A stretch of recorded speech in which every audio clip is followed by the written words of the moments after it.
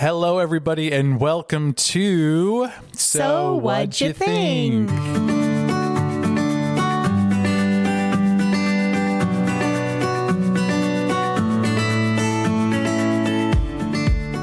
I'm Jaime. And I'm Karen, and we're glad you're joining us. Welcome. We have an exciting episode today. We watched one of my all-time favorite movies. I didn't know that. Okay. Yes. In fact, I would have claimed this movie as my favorite for years and years. Okay. And we watched With Honors. With honors. It's like a 1994 movie. It had Brendan Fraser and Joe Pesci. Joe Pesci. Yep. Oh, Joe Pesci. I have a lot to say about that performance. Yes. And just quick premise is that there's these Harvard college students, and they're like in their final semester, and Monty is the character's name. He's writing his thesis, and he's like super high strung pressure, like has to do this Very focused. Very Yeah. focused. Yep. He's like writing about government, and he loses his thesis to like computer technology kind of thing, because it was the 90s. You didn't back stuff up the same way. And Yeah. I have some issues with the technology totally. in this movie. Yeah, go ahead. but it was the 90s. And yeah, so he like has one printed copy and he loses it, and it falls into the hands of this homeless man played by Joe Pesci, and he's trying to like earn it back, essentially, like one thing at a time. Right. From this. Yeah, they set up a trade system. Yeah. But it becomes so much more than that. So much more. Lives are affected. Yes. Souls are intertwined. Okay, so you have seen this movie before, like a long time ago, right? I do. I'm sure I had seen it, but this time, the other day when I was watching it, it almost seemed like I was watching it for the first time. Okay. Yeah. And it what had was been that long.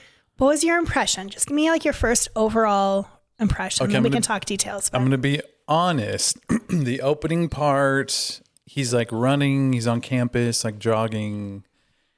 And I think it's like a few scenes before I realize like I can read his shirt, and he's wearing a Harvard shirt. And I'm like, oh, like I start to get stressed out. I'm like, okay, is this movie just going to be about a bunch of rich, privileged white kids dealing with their quote unquote problems at an Ivy League school? Like, oh, come on.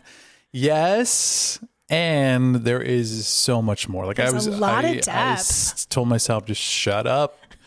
Karen picked this movie. I know she's very fond of it. I'm sure there's like a beautiful message and meaning to it. And there really is.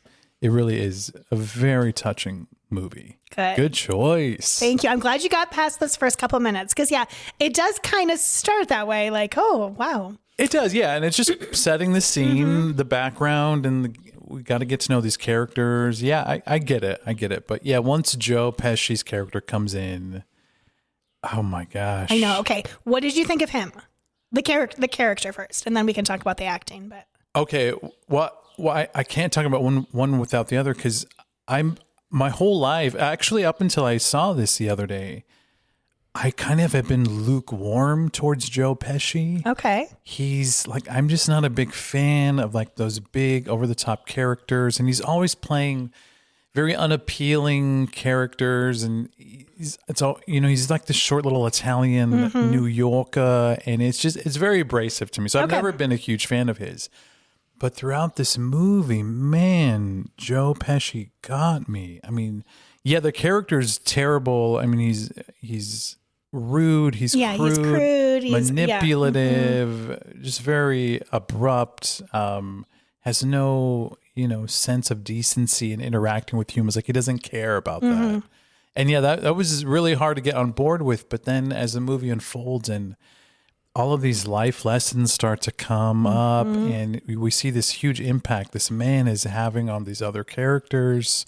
I was just like, wow. I know. It's like so endearing. Like you just fall in love with this man. How can you not? I mean, and then and like the lesson to walk away from this movie is we can't judge people. Yeah. We never know what somebody's story not is. know. And we don't know how our lives can be impacted by just showing a little bit of compassion, connection, affinity for our fellow man. Like Is that so hard, people? Come Can on, we just world. love? My license plate is the Latin words, literally peace and love. Like, and this movie was just all about that. It really was. And I loved like the character development of Monty from like the beginning to the end, because he goes from this like super high strung, like very focused, like he's going to graduate with honors. He's trying to impress like his thesis advisor.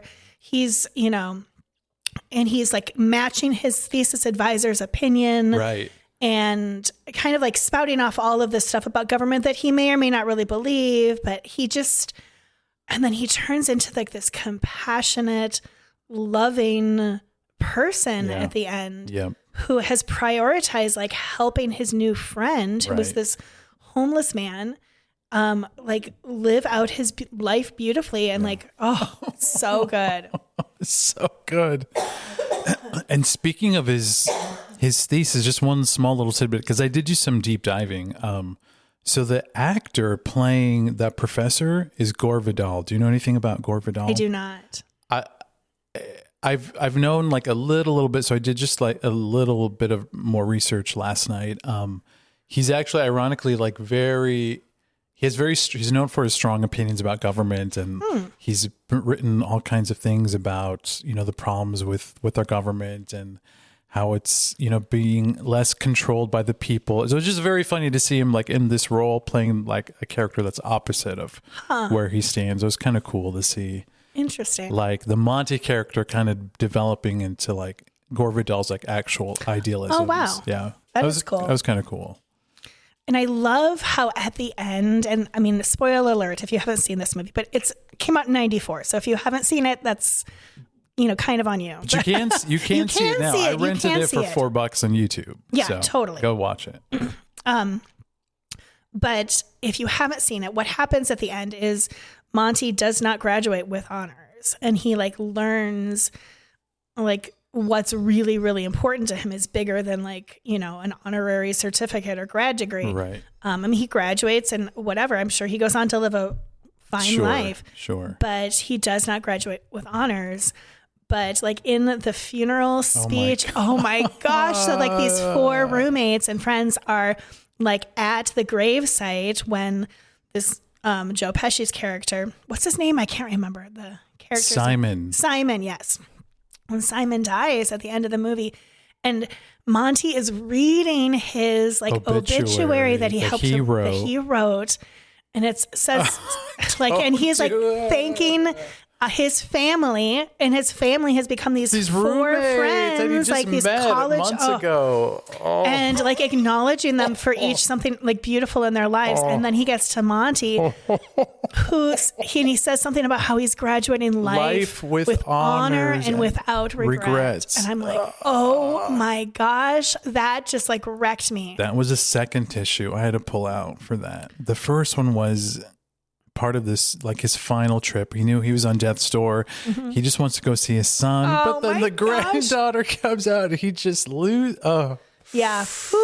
Ooh, that was good. This is a tearjerker movie. That's when I was like, oh, I did not know Joe Pesci could do this. Right. That he had making me cry. Oh, it was so good. Such depth. So good.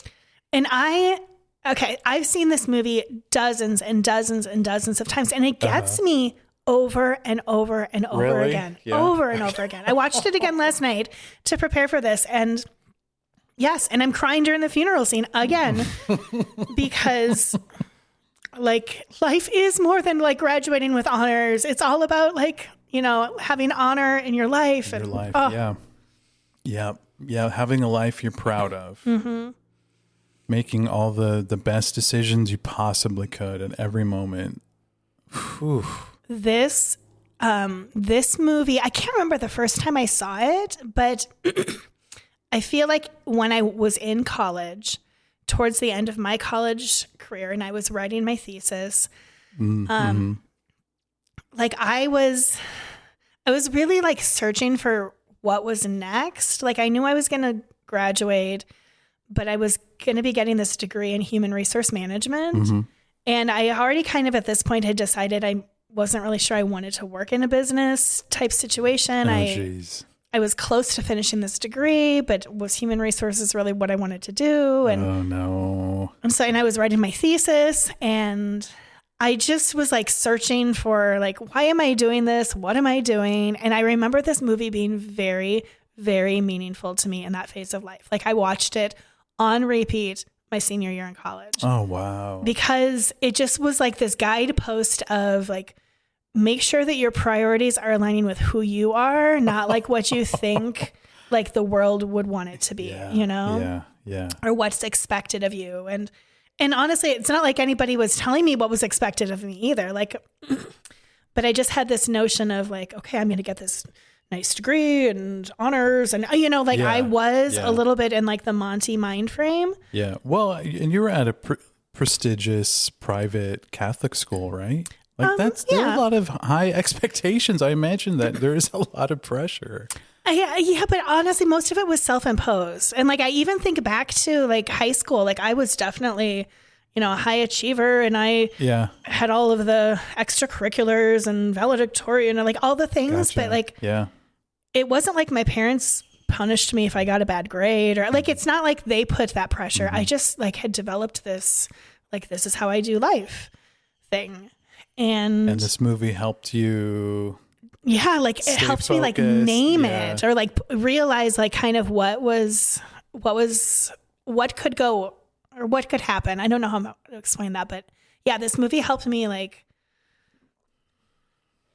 I don't know. It just motivated me to make sure that my priorities were right. Yeah. That's great. Yeah. I could totally see that. Yeah. So I think that's one of the reasons that this movie is so meaningful to me. Like, not only is it just like a really good movie, but I feel like I developed like into the person that I continually am trying to become because of this movie. I love it. I love it. I'm glad you didn't tell me all of that before. Yeah. It's nice to hear that now after having seen it. That's cool. Okay. So on a little bit of a lighter note, I've seen this movie dozens and dozens and dozens of times. Last night was the first time I made the connection that the actor who plays Everett, the guy with the rooster. Yeah, Patrick Dempsey. Is Patrick Dempsey. Yeah. I did not like realize that. And that's the guy from Grey's Anatomy that played Derek. I'm like, holy cow. I never realized that until last night. Well, I guess he wasn't that big back then. I really don't know. Like I don't know. I totally just know Patrick Dempsey from Grey's Anatomy. Grey's Anatomy. Oh, that's funny. And so last night, he looks like a kid. He does. It's like Dr. Shepard as a kid. Yeah, same with Brendan Fraser. Like, wow, they were babies. They were babies. But, you know, they were. It was 94. They were. That's crazy. 94, I was, in middle school? Wow. Jeez. Okay, talk to me about the technology in the movie. Well, what did it do to you as a programmer? Like, what were your thoughts? I mean, there wasn't a lot of technology in the movie, but what little was there was just kind of silly. You know how movies are. Yeah. Like there was like one electrical issue and his computer shut down and he loses his entire hard drive. Like, I don't know. And then one other time, at one point he threw out his thesis and he's rewriting it now from his heart. And he's like clicking and clacking away, and then Joe Pesci's character calls him down for dinner. Mm-hmm. All he just stops typing and then turns off his machine. He doesn't save. Like as a programmer, you're constantly saving. Like every little, you type one letter, just save it. Like you just went through your hard drive crash. How are you not don't just turn off your machine? Come on, dude. That's funny. I didn't even notice that. What really got me was just very funny, like kind of a sad, funny. So he's rewritten his thesis, and his roommate, his girlfriend, is reading it, and she's like, saying, like, "Oh, this is great. Like, this is very against our professor's, beliefs. Like, you're being very brave here." And she kind of, like, just gives a brief like highlight of like his ending statement, which is something about how technology is going to help save democracy. So then he replies with, I think the line is something like, "Yeah, interactive cables, it's going to save the world." And I'm like, dude, You have no idea. The internet is going to destroy the world. Like, wow. I did a lot of deep diving. Like 94 was a big year for the internet, actually. Okay. In fact, the vice president, Al Gore, he came out that year, the beginning of 94, and he made this huge statement about how the information highway is like coming and it's going to be huge and it's going to, really help our society and our world. Really? Okay. Yeah, and this movie comes out and it highlights that as well, but nobody knew. Like, what Twitter was going to do to the world. We'd all be walking around with like little computers in our pockets. And we're just staring at them constantly. It has ruined the world. I shouldn't have said that. I shouldn't be cynical. Technology has been beautiful. Yeah, and it's really enhanced lots of things. But it's like a fine line. There's a fine line between the contributions and... Like, I wish I could jump in a time machine and just go back to 94 and say, hey, this is great, but just be careful. Right. Like, here's what could with caution. Happen. Yes. So, yeah, those are my only gripes about technology. Yeah. They predicted the wrong future. And I kind of enjoyed seeing like that great big monitor. Giant monitor. Like, and the keyboard with the loud keys. Oh. It was kind of funny. It was and the screen, yeah. It was good. It was nostalgic. Yeah, I like that. Very that much was enjoyable. So. When did you get your first computer? Do you remember? Middle school. Okay. I think, yeah. Yeah. And we had dial-up, the whole thing. For sure. AOL. Remember they were sending out free like trial periods. It's like you get 10 hours free on AOL. And then somebody would pick up the phone and yeah. Oh my gosh. When did you get your first computer? In high school. I was in I do remember like typing papers on it in high school. I don't remember using the internet a lot there, but when my sister went to college and she was 2 years older than me, I do remember siblings weekend. So I was like 17. She was, Oh, that's cool. And remember like walking around her campus with me. Yeah. Or I walked around the campus with her and she was showing me like, oh, and this is the computer lab. Like she didn't have a computer. Well, maybe she had a computer in her dorm room. I don't know. But we walked into a computer lab and I remember her showing me like the internet. And maybe I had seen it before, or maybe she was like showing me Google or something. But like, I do remember her like telling me like, you can search for anything. And I was like, wait, like anything? And she was like, yes, anything. And you were in high school? I was in high school. I was a junior in high school. Wow. And she was a freshman in college. And like maybe the internet had been around a little bit before that and we just were a little. Yeah, it just wasn't mainstream. Yeah, Yeah. But I do remember that being like a shocking moment. Like, wait, you can search for anything. And like you'll find it here. It's crazy. Yeah. In all my deep diving, I got to see like images of what the internet browsers used to look like back then. It's like, oh my gosh. We've come a long way. We've come a long way. And like part of my living, like I'm developing like applications that now live on like websites and browsers. I know, it's a that's trip. Weird. It's crazy. If you told yourself that in 1994. I wouldn't have believed it. No. My only programming back in 94. Okay, you know what? Actually, let me correct something. My first computer officially, I was probably 5. What? Yeah. Okay, do you remember Texas Instrument, that company? They made the graphing calculators. Well, before that, maybe at the same time, they built these little computers that they didn't come with monitors. You had to plug it into your TV. Okay. And my parents, like, I don't know.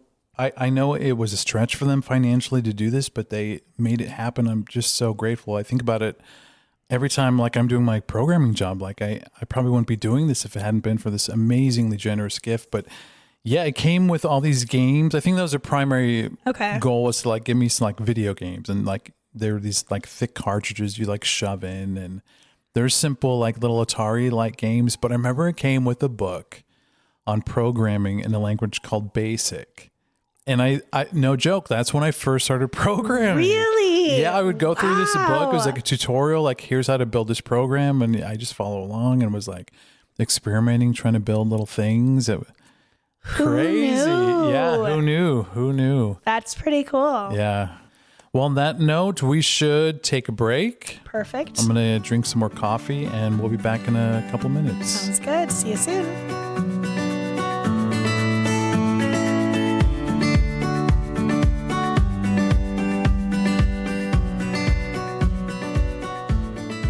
Okay, and we're back. We are back, and I found something. What? I brought something with me today. Boy, oh boy, what? Oh, that was really you got good. the reference. Wow. Not quite as high pitched. That was super. Boy, oh boy.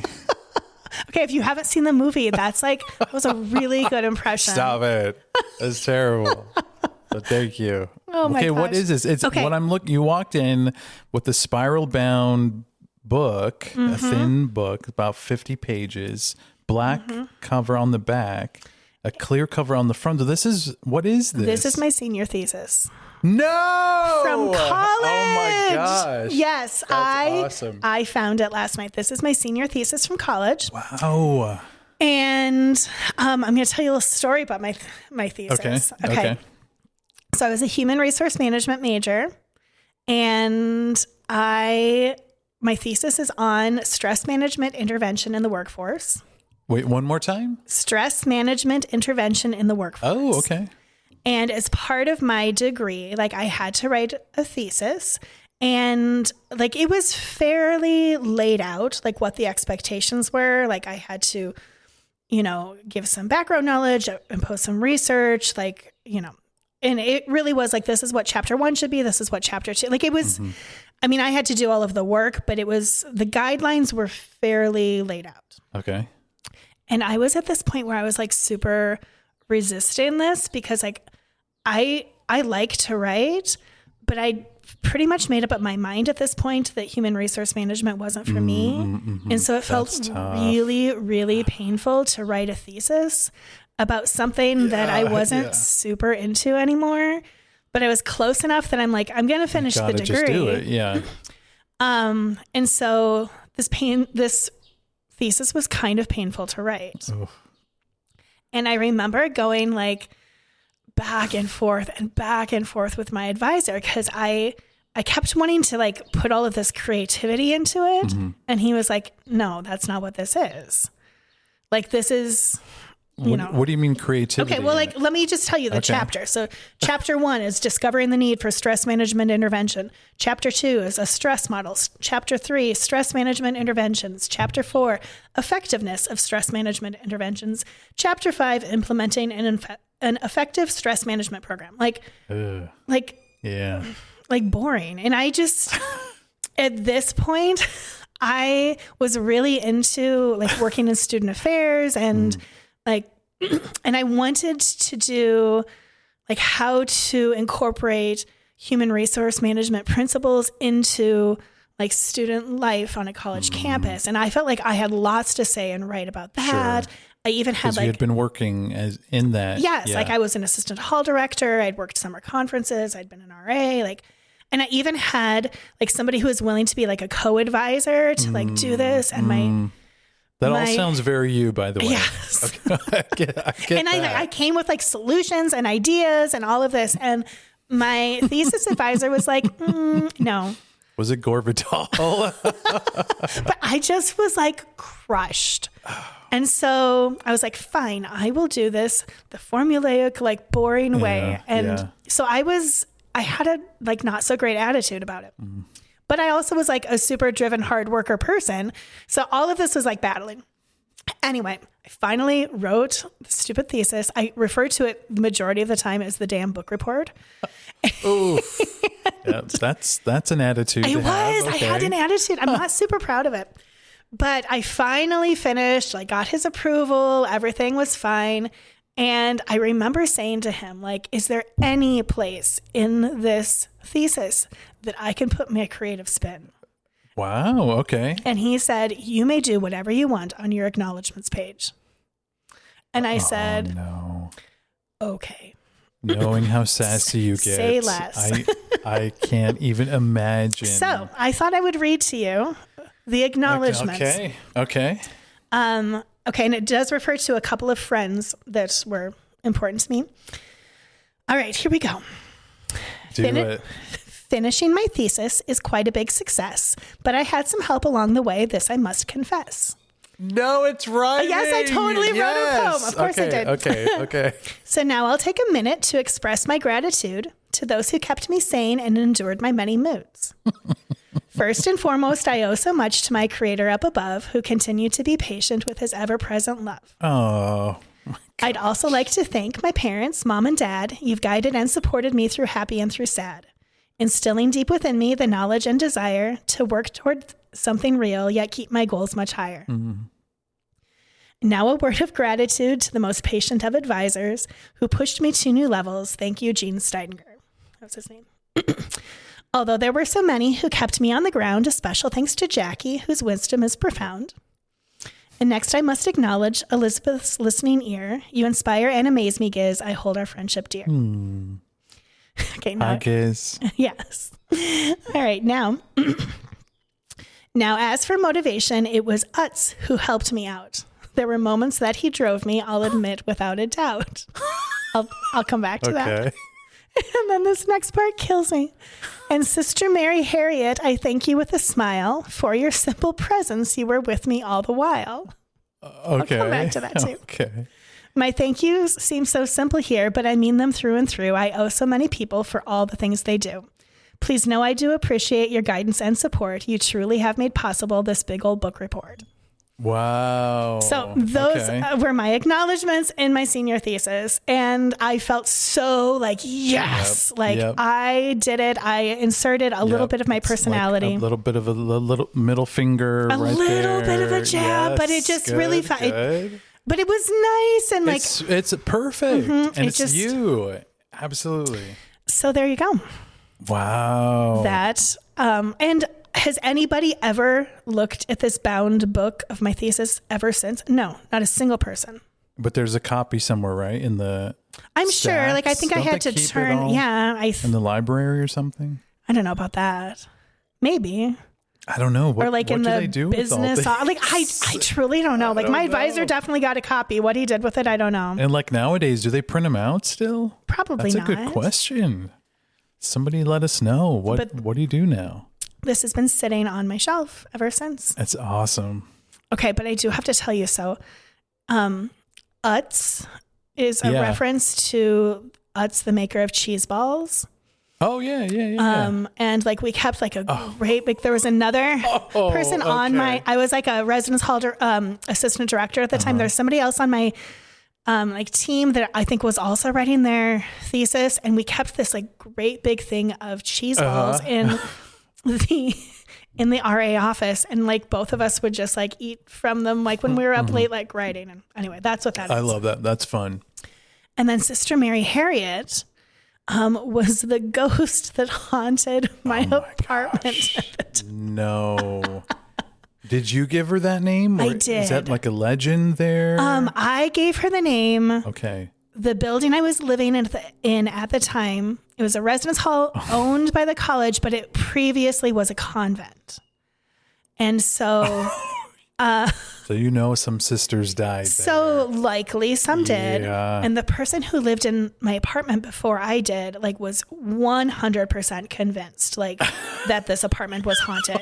And like would tell me stories, and like I was kind of freaked out. Like, I don't know if I believe it really, but like she was like, yes, things would happen and things would turn on and off and fall. And so when I moved into this apartment, I'm like, okay, I'm going to be proactive about this.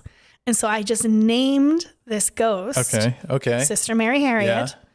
And I was like, I am going to be friends with her. And I like from day one, I would just like walk into the apartment and I'd be like, hi, Sister Mary Harriet, I'm home. Like I just would talk to her all the time. Like we were friends. Yeah. To disappear all the anxiety. Exactly. That could be there. Yeah. Just, wow. So that's the Sister Mary Harriet reference. But I have to ask, did you see stuff? Like, did stuff happen? Nothing that was do? Like, well, to me, really nothing. Okay. There were a few instances where I'm like, I'm pretty sure I didn't leave that there. But, you know, it's very possible. Like I just was forgetful or I didn't, you know. But did you hear things? Did Occasionally I would hear things. It was a very like old building and like with all this, I'm remembering like dark wood and dark hallways and like the building was a little bit scary. It also was very like homey and like, I loved the building. Did it have fireplaces? Maybe. Like, what I'm picturing now is like this very cozy fireplace room. I'm pretty sure there was a fireplace in. I think there was a Did you fireplace go to in the Hogwarts? lobby, but I wouldn't swear to it. Okay. But yeah, occasionally like I'd hear a loud noise or something. But I feel like that kind of stuff probably happens anywhere, But I, of course, always would be like, Sister Mary Harriet. I'm sure back then you were not so calm about hearing noises in the middle of the night. But I was like determined that like I was going to be just fine. Yeah. And I'm going to be proactive. That's a great approach. And I talked to her positively and I would announce when I was coming home and I'd be like, I'm off to class, Sister Mary Harriet, like see you tonight. And like that kind of stuff. Yeah, like kind of your own virtual pet. Kind of, yes, exactly. And I had a roommate for a little bit of time in this apartment and like she was on board too. Like we both talked to Sister Mary Harriet and she ended up moving out and then I was there by myself for the last semester. And... Okay, read the line again about Sister Mary Harriet now that I know that. It says, and Sister Mary Harriet, I thank you with a smile for your simple presence. You were with me all the while. So there you go. Oh, good old Sister Mary Harriet. Yeah. So anyway, with this whole movie and thinking about the thesis and my senior year in college, I'm like, you know what? This has been sitting on a shelf for years and years. I will never have another use for this thesis. That's so cool. It's time to share my acknowledgments page. Thank you for sharing that. That's really special. And if you'd like a little light read, I'm happy to leave it with you. And you can read all about stress management intervention. Like a training manual. That's kind of how it's written. I'm so sorry. I'm sure that was hard for your soul. It was very hard for my soul. Like the academic part of it, I was like, fine. Like, I mean, I can cite the references and do the research. That's fine. But it was hard for my soul. Oh, well, you did great. That's awesome. Beautiful. But yeah. So there you go. The acknowledgments on my senior thesis. I love it.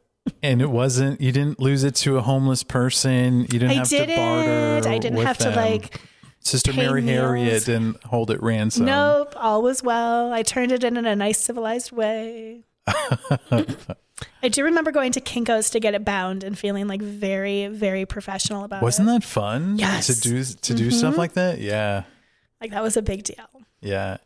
So in your dorm, did you had a computer, like your own little workplace? Yeah, I think I did. Okay. And I do remember, so I was like the assistant director of that particular residence hall. And so you were going to school. Wow.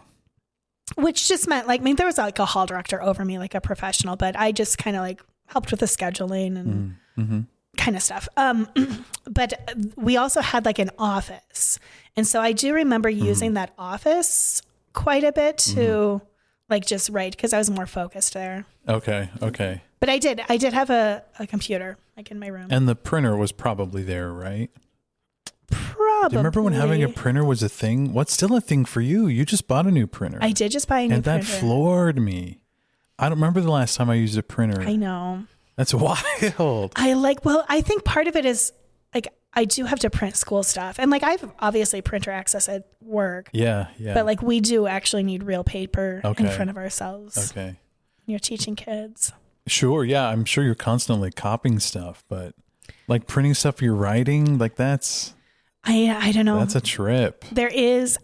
My printer at home, for the most part, I use for like convenience of not wanting to print at school or for like doing stuff. So you're printing school stuff? Mostly. Like classroom stuff or your college school stuff? Some of both. Okay. Even though like I have access to print both places too. Okay. But sometimes like I like to print something in color and then I have my own personal laminator at home and like it's a little above and beyond. Like it's not necessary as much as it is just I like it. Convenience. Yeah.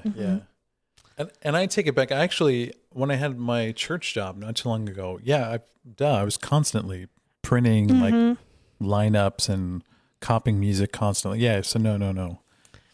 But just having a home printer like that was weird. When I saw that on your front door, it is. I was like, is this a little weird? The 2000s? What happened? I know. And is toner still expensive? I remember ink was just outrageous. I like belong to HP Instant Ink. Okay. So like I have the subscription. Right? But like you pay, obviously. But you send like your empty ones, they give you new filled ones. Is that how that works? Yeah, like and you register it all online, so like they can like see when I'm getting low on toner. Oh my gosh. And so they'll send it to me. So the idea is that I never run out. Like I'll have one in the mail before. And this is the HP what?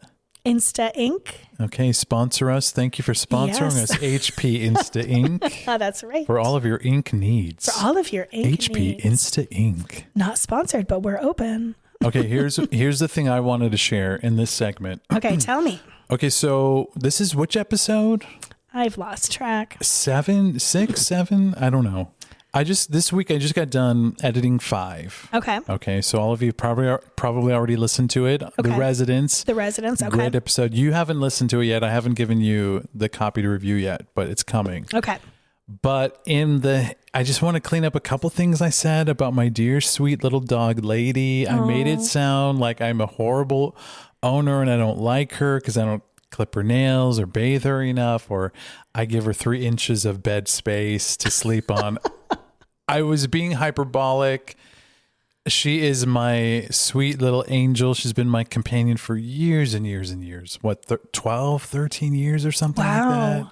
We've been through so much. No, it's not like that at all. Okay. I was being silly, exaggerating. She's a sweetheart. And I know you just went through this with Barkley.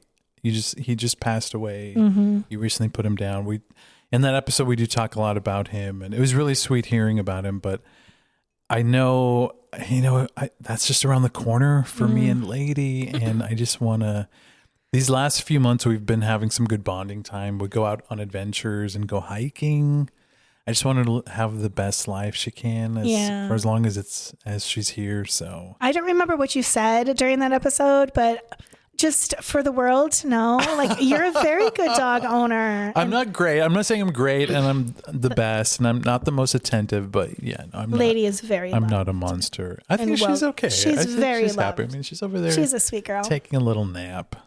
Little sweetie pie. Little lady. Drives me crazy. She and Barkley were good buds. They were good buds. She likes to be around little smaller male dogs. She likes to be the alpha. Although I think she was a little bit frustrated towards the end of Barkley's life. He just didn't really love to play anymore. He didn't know what to do. His mind was going. It's like, I don't know. It's like, I'm not sure what's going on. I just would like to lay here. Sometimes when he was really lucid, he'd go chase her. I know. With his like stiff little back legs, and he would just try to keep up with her. Poor little Barkaboo. That was sweet. But yeah, they were really good enjoyed buds. him. They were. And now we're talking about, before we started recording, we're talking about what's next for you. I know. I'm trying to decide about getting a new dog. People in your world are trying to do it for you. Lots of people are starting to like it's beautiful. Look for dogs But that's a huge decision. Mm-hmm. And you and we talked about it and you went through some ideas, and I think you have a smart approach, just kind of waiting till you have the time and space to really help this dog acclimate, because it's a lot of work. Yeah. I think this summer will be like the first I would even like really seriously think about it. And I'm not even saying like I will get a dog this summer, but it's possible. Mm-hmm. I do miss having a dog, but yeah. But when isn't it's it right. nice though? Not. I kind of sometimes feel guilty, and I sometimes wish I didn't have a dog just to worry about, like, the extra things. Like sometimes I come home late from rehearsal or something, and she's whining like in my bedroom, just howling like she's a trapped animal, and it breaks my heart. I don't want her to go through that stress, and it stresses me out. The part that stresses me out is like I do like to travel, and I do like to go. Gosh, and that's so hard. like what to do with a dog when I'm gone. What do you do? And it's expensive It to board is, them and- or pay for a sitter. Yeah. It's a lot. So I know, just lots of considerations, but I do think great. there probably is another dog in my future. When and what that all looks like to be determined. Yeah, I think that's smart. And emotionally too, like it wasn't that long ago. Like, No. give yourself your heart And time. holy to cow, that heal. wrecked me. Oh, we can't even go there. We can't 'cause go there. That was hard. It was hard, but it was beautiful, and I was there when it happened. Thank That was God. beautiful. Oh. It was nice. Ay, ay, ay. Oh my gosh, dogs! Why we can't live without them? I could maybe for a little bit, and you've been doing great. Yeah, I've been doing okay, but it's just been an It's hard. adjustment. It's hard. I couldn't imagine coming home and not having some furry creature there. I know, I have a Super little excited. like sign that is like in my garage, like right by the door that goes into the house. And it says something about like, there's nothing quite like coming home to a wagging tail or something like that. It's still up. It's still up. I I'm can't quite take it down. No, I'm don't, like, I just, don't take it down. but yeah, it's still there. Like, Oh my gosh. And then somebody recently just gave you a beautiful gift, a painting of my an image gosh. of Yes, Barkley. Oh my friend gosh. Alex, she had like somebody paint this like picture of Barkley, and it's gorgeous. That's beautiful. Little Barkaboo, Little Barkaboo. Barka baby. But I have a small doggy door. So that's kind of like the qualification. If I do get That's right. it has to be a dog that would fit through the doggy door. Yeah. That's how I picked Barkley the first time. Because you had a doggy door already? Well, I actually like had somebody install a doggy door, and I said I wanted the smallest doggy door possible, just because I was like, I didn't want other things crawling through or people. Like I just didn't like I just didn't want it to be a risk, like It's true. No, that's smart. like it was something that I had thought about. Like occasionally you hear about like some kind of home invasion where people No, it's true. Did I tell you when we were house hunting, the realtor didn't have the key, or she didn't have the right key or whatever. I had to crawl in through the Shut doggy up, you door. I crawled in. did. Oh my I gosh. did. So yeah, no, that's Yeah, well, that's you a would real not fit through danger. my doggy door. Like it's a No. little one. No, nobody so would. at the time, I had my contractor install like the smallest doggy door, Smart. And then I that just took the determines- measurements, Okay. and I went to the Okay. shelters to look for dogs, and it had to be like one that would fit through Okay. these dimensions. It's good to have like parameters Yeah. set. Yeah, because Like I'm not opposed to a little bit of a bigger dog, but the doggy like now in the house that I'm in now, like I have the same size doggy door, and yeah. I don't want to have a different doggy door installed. So Yeah, no, that works. And smaller dogs are easier to manage, and yeah. they're cute. They're They fit in cute. your purse. Are you going to get a purse No, dog? no, that's not me. Oh, okay, good. Because I'd not. have to run away. You wouldn't be seen with me in public if I have would a not. dog in my purse. I would not. Not so much me. Oh, cute. All right. Well, I'm excited to see what God puts in your life next. I kind of feel like that's how it'll work. Like something will just Yeah. kind of be right when the time is right. Absolutely. One time, one dog I ended up adopting he was just a street dog, and he just happened to hop in my car. And I was like, oh, you're so cute. Okay. Okay, we're this is doing it." this. Yeah. And then I gave him away like 5 months later because he was a terror. But I hear he's in a very loving home now with my Okay. cousins. So it all works out. Yeah, totally. They end up where they're supposed to be. Yay. Oh my gosh. Well, if you have dogs or cats, go give them a big hug and a kiss. Yes, snuggle Just up on love them for me. Every day. And you know what? How about the people in your lives too? Like that's No. I know. No, we're coming full circle here. Back to, okay. We're coming with full honors, circle to people, the movie. relationships, and love. Yes. Like life, here's my takeaway. Here's my takeaway from Okay. this conversation. Here's my takeaway from the movie. Yeah. All of it. Yeah. It's like life is short. Mm-hmm. And, our priorities have to be things that sit well with our soul. Mm-hmm. Mm-hmm. And loving hard is never wrong. Never wrong. That's honestly, I think that's why God put us here. It's just to love. Like we're extensions of his love. We're here to keep that going, keep that alive with 100%. Every person we interact with. Yes. Love the things in our life, love the people in our life, love God. That's it. That's all we got to do. Live like we do. And that's it. Have no regrets. You cannot have any regrets if you just live with love. Oh, that's what I'm taking away too. Okay, this is gonna like supercharge me to like, okay, what? Yeah, like now we have to look at where we're not being that. Like it's good to take like a little step back every once in a while and do a little like self-reflection of what areas of my life do I need to kind of clean up maybe. I don't know. Right, like this character, the Monty character, like you said at the beginning, he was kind of an a-hole, like really judgy, just labeling this homeless man just based on what he looks like. And he could have missed out on a lot of, oh my gosh, all the beauty that came in that following 6 months for him. Yeah, absolutely. You just never know. Just keep your heart open. Yes. Oh, what a good movie. It was what a good movie. Such a good movie. Still good today. Still great. Good choice. Thank you. Yes. Okay. So speaking of choices, what's next? Oh, yes. Next. Tell me what I'm going to watch next. So I've been on this kick. YouTube has just so many good free movies. And I pay for the premium, so I get no ads either. So I love it. Okay, good. So I came across this movie I hadn't seen in a long time. And I remember it being really trippy and kind of scary. It's called Shutter Island. Shutter Island, starring Leonardo DiCaprio. Okay. Is it a home decor movie that I'm going to love? No. It's not. It has nothing to do with your window treatments. Okay. Tell me a little more. I don't want to give away too much. Okay. But it's a psychological thriller. Oh. So it's not scary. Like there aren't monsters or ghosts or anything. Nothing's going to pop out, but your mind is going to have to be bent a little bit. And these are not my favorite. Okay.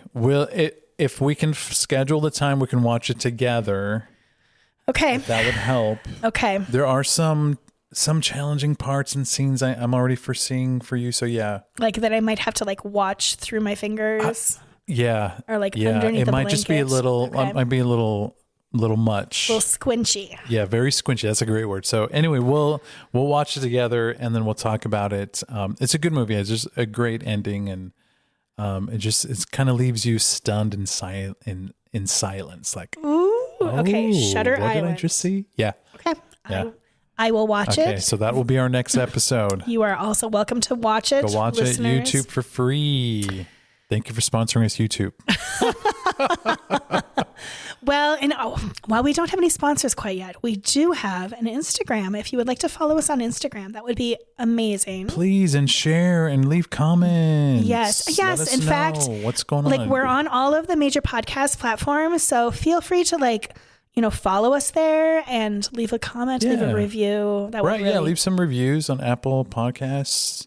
Yeah. If you have questions or suggestions, you can DM us through our Instagram account as well. Absolutely. We would love to hear from you. Yeah, let's get it going. Excellent. Thank you, guys. Yes, thanks for listening, and we look forward to being with you again real soon. All right, have a good one. Bye-bye.